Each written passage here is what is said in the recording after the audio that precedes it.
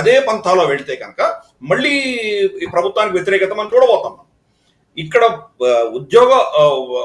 ఉపాధి అవకాశాలు లేకపోవడం అనేది చాలా పెద్ద సమస్య ఆంధ్రప్రదేశ్లో. ఇక్కడి నుంచి చదువుకున్న వాళ్ళు, విజ్ఞత ఉన్నవాళ్ళు వాళ్ళందరూ హైదరాబాద్కో ఇంకే ఇతరత్ర వలస వెళ్లవలసినటువంటి దౌర్భాగ్య పరిస్థితి ఉన్నది ఆంధ్రప్రదేశ్లో. ఈ ఉచితాలు ఇచ్చుకుంటూ ఓట్లు మాకు వస్తాయి అనుకోవడంలో చాలా తప్పిదం చేస్తున్నారు. ఇక్కడ ఆస్తులు క్రియేట్ చేయాలి, అలాగే ఇక్కడ ఉపాధి కల్పన అన్నది చేయాలి, ఇండస్ట్రియలైజ్ చేయాలి రాష్ట్రాన్ని. ఇండస్ట్రియలైజ్ చేయడం అంటే ఏదో ఒక కాపర్ ప్లాంట్ పెట్టడం లేదా స్టీల్ ప్లాంట్ పెట్టడం కాదు, అది దట్ ఈస్ నాట్ ఇండస్ట్రియలైజేషన్. అలాగే నేను ఏదో ఫ్యాబ్ సిటీ పెడతాను, నేను మీరందరూ ఇక్కడ వచ్చి దీంట్లో ఉండండి అంటే అది ఒక రియల్ ఎస్టేట్ స్కామ్ అవుతుంది, కానీ అంతకుమించి ఏం అవ్వదు.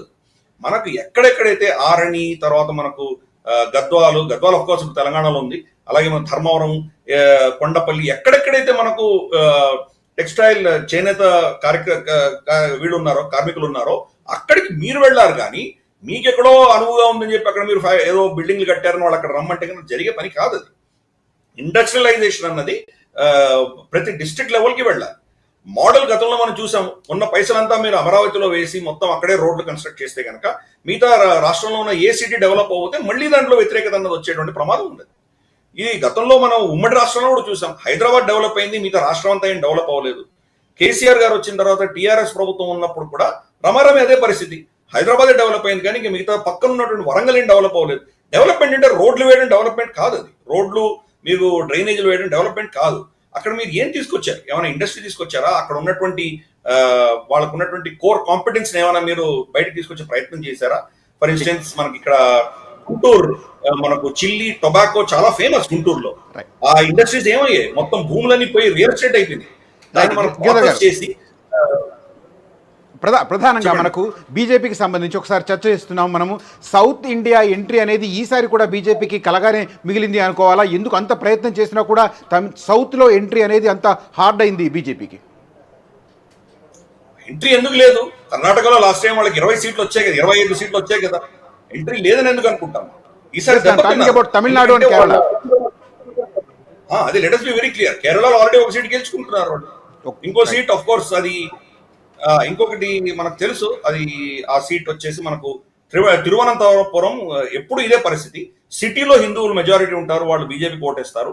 సిటీ బయటికి వెళ్ళిన తర్వాత ఆ కాన్స్టిట్యూన్సీలో ఉన్న ఓటర్లు అందరూ కూడాను ఊకొమ్ముడిగా కాంగ్రెస్ వేస్తారు. వాళ్ళందరూ కూడాను ఒక కమ్యూనిటీకి చెందిన వాళ్ళు, వాళ్ళందరూ క్రిస్టియన్స్, వాళ్ళు బీజేపీకి వేసే సమస్య లేదు. కాబట్టి తిరువనంతపురంలో ఈ ప్రాబ్లం ఉన్నది. కాబట్టి అక్కడ గెలుస్తారని ఎవరు అనుకోలేదు. అదే కాంబినేషన్ తోటి మళ్ళీ శశి థరూర్ గెలిచేటువంటి అవకాశం ఉంది. కానీ ఓట్ షేర్ గణనీయంగా పెరిగింది కదా బీజేపీది. అక్కడ మనం చూస్తే కేరళలో ఒక చాలా పెక్యులర్ పరిస్థితి. 4 మతాలు కూడా 25% వాళ్ళ డెమోగ్రఫీ ఉంటుంది. హిందువులు 25%, ముస్లింలు 25%, క్రిస్టియన్లు 25%, కమ్యూనిస్టులు 25%. సో ఈ కమ్యూనిస్ట్ కూడా మతం కింద భావించాలి. ఈ 4 మతాలు 25% ఉంటాయి. కాబట్టి అక్కడ ఉన్నది ఈ కూటములు ఎక్కడ ఎవరి సైడ్ వెళ్తారో మన బీజేపీ వచ్చేసరికి మళ్ళీ యూడిఎఫ్, ఎల్డిఎఫ్ కూడా కలిసిపోతాయి. కాబట్టి అక్కడ సిచ్యువేషన్ వేరే. అటువంటి దాంట్లో హిస్టారికల్ గా ఎప్పుడు గెలవనటువంటి రాష్ట్రంలో ఒక సీట్ గెలిచారంటే పెద్ద అచీవ్మెంట్ కింద భావించాలి. అలాగే తెలంగాణలో చూసాం మనం, ఆల్మోస్ట్ 2 సీట్లు తప్ప, అఫ్ కోర్స్ ఓవైసీని వదిలేద్దాం, హైదరాబాద్ వదిలేద్దాం, ఈవెన్ అది కూడా ఇంక్లూడ్ చేసుకుంటే కూడా 17 సీట్లలో 14-15 సీట్లలో బీజేపీ నంబర్ 1 కానీ నంబర్ 2 స్థానంలో ఉన్నది. సో ఇది మరి ఎంట్రీ కాదని అంటారా మీరు? 8 సీట్లు గెలుచుకుంటున్నారు, మిగతా 5-6 సీట్లలో 2వ స్థానంలో ఉన్నారు. ఎంత ఓట్ షేర్ పెరిగింది, ఎంత పెనిట్రేషన్ అయింది. రేపు లోకల్ బాడీ ఎలక్షన్స్ వచ్చినప్పుడు మరి వీళ్ళందరూ అక్కడ ఇంకా గ్రాస్ రూట్ లెవెల్లో వీళ్ళకు బలం పెరిగేటువంటి దిశగానే మనం చూస్తున్నాం కదా. కాబట్టి ఎందుకు లేదంటున్నాం. ఆంధ్రప్రదేశ్లో కూడా 3 సీట్లు వచ్చాయి, 3-4 సీట్లు వచ్చాయి, ప్లస్ 7 సీట్లు వాళ్ళకు, 7-8 సీట్లు అసెంబ్లీలో వచ్చాయి. ఆఫ్ కోర్స్ అది టీడీపీ మేము ఇచ్చాం వాళ్ళకు అని వాళ్ళు అనుకుంటే కనుక సరే వెళ్ళిపోండి. ఈ కూటమి నుంచి బయటకు వెళ్తే మీకు గతంలో ఏమైనా తెలుసు కదా, టీడీపీకి ఎప్పుడు బీజేపీ నుంచి వాళ్ళు తెగదెంపులు చేసుకొని వెళ్ళినా వాళ్ళ సత్తాన్ని కోల్పోయారు వాళ్ళు. కాబట్టి అది తెలుసుకునే బీజేపీని వాళ్ళు పెట్టుకున్నారు. కాబట్టి ఆ కూటమి ఉంటేనే ప్రజలు అక్కడ వాళ్ళు ఓటేస్తున్నారు, వాళ్ళకి తెలుసు. కాబట్టి ఈసారి మళ్ళీ బాబు గారు గతంలో చేసిన తప్పిదం చేయకూడదు అనే మళ్ళీ ఎన్డీఏలోకి ఆయన మళ్ళీ వచ్చి చేరారు ఆయన. కాబట్టి బీజేపీ తప్పకుండా అక్కడ వాళ్ళ బలం కూడా మెల్లిమెల్లిగా పెరిగేటువంటి అవకాశాలు ఉన్నాయి. 0-0 1 సీటు కూడా రాదు అన్న దగ్గర ఇప్పుడు 3 సీట్లు వస్తున్నాయి కదా వాళ్ళకి ఆంధ్రప్రదేశ్ లో. కాబట్టి మనకు పెనిట్రేషన్ లేదు అనడానికి మనకి లేదు. క్రమేపీ వాళ్ళు పెరుగుతున్నారు. మరి ఎటొచ్చి ఇబ్బంది ఎక్కడ వచ్చిందంటే, ఉత్తరప్రదేశ్ లో 30-40 సీట్లు కోల్పోవడంతో ఈ ఇబ్బంది అంతా వచ్చింది. రైట్, నేను అదే ఆంధ్రప్రదేశ్ లో అడుగుతున్నాను 30 సీట్లు గిరిధర్ గారు, నేను అదే అడుగుతున్నాను ప్రశ్న. మనకు రైట్, అదే ప్రశ్న. ఇప్పుడు ఖచ్చితంగా అటు బీజేపీకి కావచ్చు, ఎన్డీఏకి కావచ్చు, గణనీయంగా నంబర్ తగ్గడానికి యూపీ ఒకటి కనిపిస్తుంది, అక్కడ సగానికి సగం తగ్గిన పరిస్థితి. అదే సమయంలో రాజస్థాన్లో ఇటీవల అసెంబ్లీలో గెలిచినప్పటికీ అక్కడ కూడా కాంగ్రెస్ పార్టీ చాలా ఇంప్రూవ్ అయింది ఈ స్వల్పకాలంలో. ఇంకొకటి మహారాష్ట్రలో ఈ పార్టీలను విడదీయడం అనేది వికటించినట్టుగా కనిపిస్తుంది. ఈ 3 రాష్ట్రాల్లో బీజేపీ పరిస్థితి, ఎన్డీఏ పరిస్థితిని ఎట్లా అనలైజ్ చేయాలి? ఇది తప్పకుండా ఇది చాలా పెద్ద ప్రశ్ననే. ఎందుకంటే ఉత్తరప్రదేశ్ లో డబుల్ ఇంజిన్ సర్కార్, మరి మోదీ గారు ఉన్నారు, మరి మనకు యోగి గారు ఉన్నారు, ఉన్నా కానీ కూడా వాళ్ళు సగం సీట్లు ఎందుకు వచ్చాయి ఎన్డీఏకి అన్నది పెద్ద ప్రశ్న. దాన్ని వాళ్ళు ఆత్మావలోకన చేసుకోవాలి. సరే, దానికి ఏవో ఎక్స్ప్లెనేషన్స్ ఉంటాయి. మనకు కూటమి బాగా పనిచేసింది, ఇండి కూటమి, అక్కడ ముస్లిం కన్సాలిడేషన్ జరిగింది, ఇటువంటివన్నీ మనకు ఎక్స్ప్లెనేషన్స్ ఉంటాయి. కానీ ఇవన్నీ ముందు నుంచి తెలుసు కదా, తెలిసినా మనకి ఎందుకు దెబ్బతిన్నారు అన్నది మనం అర్థం చేసుకోవాలి. చాలా వింటున్నాం అక్కడ కొన్ని వర్గాలు బీజేపీ నుంచి దూరం అయ్యాయని. అలాగే కాంగ్రెస్ చేసినటువంటి దుష్ప్రచారం ఏదైతే ఉందో, వీళ్ళు కనుక 400 సీట్లు వస్తే కనుక కాన్స్టిట్యూషన్ ని మార్చేసి రిజర్వేషన్ ని క్యాన్సిల్ చేస్తారనేది బహుశా అది చాలా డీప్ గా పెనిట్రేట్ అయింది. అందరూ జనాలు భయపడ్డారు. ఆంధ్రప్రదేశ్ లో కూడా అదే పరిస్థితి. మనకు ల్యాండ్ టైటిలింగ్ చట్టానికి సంబంధించినటువంటి భయాన్ని టీడీపీ కేడర్ బాగా ఎఫెక్టివ్ గా తీసుకెళ్లగలిగింది. ప్రజలందరూ భయపడిపోయారు. నేను మొత్తం రాష్ట్రంలో చాలా ప్రాంతాల్లో విన్నాను ఇదంతా కూడాను.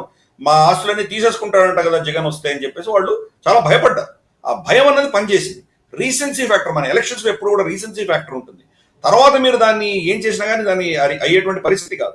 అమిత్ షా వీడియో చాలా వైరల్ అయింది, మనకు తెలుసు కదా, అది ఫేక్ వీడియో అని తెలిసి రెడ్డి గారి మీద కూడా కేసు పెట్టడం ఇవన్నీ జరిగిన తర్వాత కూడా ఆ వీడియోని బహుశా వాళ్ళు ఎఫెక్టివ్ గా ముందుకు తీసుకువెళ్ళి ఉండొచ్చు. దానివల్ల ఈ ఫేక్ నేరేటివ్స్ వల్ల మనకు చాలా ప్రాబ్లం వచ్చింది. ఆల్రెడీ ఓపెన్ ఏఐ స్వయంగా చెప్పింది, అది మా చాట్ జీపీటీ యొక్క ఓనర్ ఓపెన్ ఏఐ ఇజ్రాయెల్లో ఒక కంపెనీ మాది వాడుకొని ఇక్కడ ఫేక్ నేరేటివ్స్ భారతదేశంలో ఎలక్షన్ లో వాళ్ళు బీజేపీకి వ్యతిరేకంగా కాంగ్రెస్ ని సమర్థిస్తూ చేశారు, వాళ్ళు ఆర్టిఫిషియల్ ఇంటెలిజెన్స్ వాడారని చెప్పారు. ఈ ఆర్టిఫిషియల్ ఇంటెలిజెన్స్ అన్నది చాలా భయంకరమైన అస్త్రంగా ఈ ఎలక్షన్ లో మనం చూసాం. ఇది నిజంగా నేరేటివ్ ఎలక్షన్ కింద మనం దీన్ని తీసుకోవాలి. ప్రతిసారి కూడా ఏదో ఒక నెరేటివ్ దేశంలో తీసుకురావడం, ఆ నెరేటివ్ తోటి బీజేపీ వస్తే కనుక ఇదైపోతుంది అదైపోతుంది భయాందోళన క్రియేట్ చేయడం, ఇటువంటివన్నీ చేశారు. సక్సెస్ఫుల్ గా చేశారని ఒప్పుకోవాలి. ప్రజలు దాన్ని భయపడ్డారు, దాన్ని యాక్సెప్ట్ చేశారు. సో బీజేపీ దాన్ని ఎక్కడో తప్పకుండా దాన్ని మళ్ళీ వాళ్ళు సమీక్షించుకోవాల్సిన ఆవశ్యకత ఉంది. కానీ బీజేపీ యొక్క బలం ఇప్పుడు కూడా అయిపోయింది, వీళ్ళు ఇంకా ఆపోజిషన్ లో కూర్చుంటారన్న పరిస్థితి కాదు కదా. వాళ్ళే ఈరోజు గవర్నమెంట్ ఫామ్ చేయబోతున్నారు. 240-245 సీట్లు వాళ్ళకి వచ్చినాయి, స్వయంగా వాళ్ళకే వచ్చినాయి. ఒక 20-30 సీట్లు పెద్ద సమస్య కాదు, వాళ్ళు మేనేజ్ చేసుకుంటారు. ఇండి కూటమిలో బ్రేకేజ్ అవ్వదని మనం ఏమైనా గ్యారంటీ ఇవ్వగలమో? వాళ్ళు ఎంతమంది ఉంటారు, ఎంతమంది వెళ్ళిపోతారు? ఇక్కడ బీజేపీ ప్రభుత్వం ఉందంటే ఇదే మనకి అడ్వాంటేజ్. బీజేపీని మనం ఏదో నయానో భయానో మనకు కావాల్సింది తెచ్చుకోవచ్చు అని చాలా మంది ఇటు వచ్చేటువంటి అవకాశాలు కూడా లేకపోలేదు. కాబట్టి ఇవన్నీ కూడాను సమీకరణలన్నీ కూడాను రాబోయే కొన్ని రోజులు చూస్తాం. కానీ డెఫినెట్ గా బీజేపీని, ఎన్డీఏని వీళ్ళు కాకుండా ప్రత్యామ్నాయం వచ్చేటువంటి అవకాశాలు ఆల్మోస్ట్ నెగ్లిజిబుల్ అని నేను భావిస్తాను. ఒక 5-10% కంటే ఎక్కువ ఉండదు. 90% ఎన్డీఏ కూటమే వస్తుంది. మోదీ గారు ఉంటారా లేదా అన్నది ఒక చర్చ. దాన్ని బహుశా ఈరోజు సాయంత్రం 7 గంటలకు మోదీ గారు కార్యకర్తలను కలుస్తున్నారు, అప్పుడు మనకు బహుశా ఇండికేషన్ వస్తుంది. నాకు తెలిసి దాన్ని ఫైట్ చేయడానికే ప్రయత్నిస్తారని నేను అనుకుంటున్నాను. ఏ మ్యాండేట్ ఇచ్చినా, ప్రజలు నాకు ఏమి ఇచ్చినా దాన్ని యాక్సెప్ట్ చేస్తానన్న దిశగానే వెళ్ళవచ్చు. లేదా ఎన్డీఏకి మీరు కావాలంటే ప్రత్యామ్నాయం చూసుకుంటారంటే చూసుకోండి అని చెప్పవచ్చు. బీజేపీ దాన్ని తిరస్కరించి లేదు మీరే ఉండాలి అనేటువంటి ఇది కూడా అయ్యే విషయం ఉంది. చూద్దాం ఏమవుతుంది అది. కానీ ఇప్పటికైతే ఎన్డీఏ గెలిచిందని ఓడిపోయినట్టు మనం చిత్రీకరించడం తప్పది. ఇండియా అలయన్స్ యాక్చువల్గా ఓడిపోయింది, కానీ వాళ్ళు గతంలో ఉన్నటువంటి పరిస్థితి నుంచి చాలా గణనీయంగా పుంజుకున్నారు. కాబట్టి వాళ్ళు గెలిచారు అన్నటువంటి నెరేటివ్ అనేది మనం చూస్తున్నాం. ఇది కాంట్రాస్ట్ మనం గమనించాలి. రైట్, థ్యాంక్ యూ గిరిధర్ గారు ఫర్ జాయినింగ్ షో.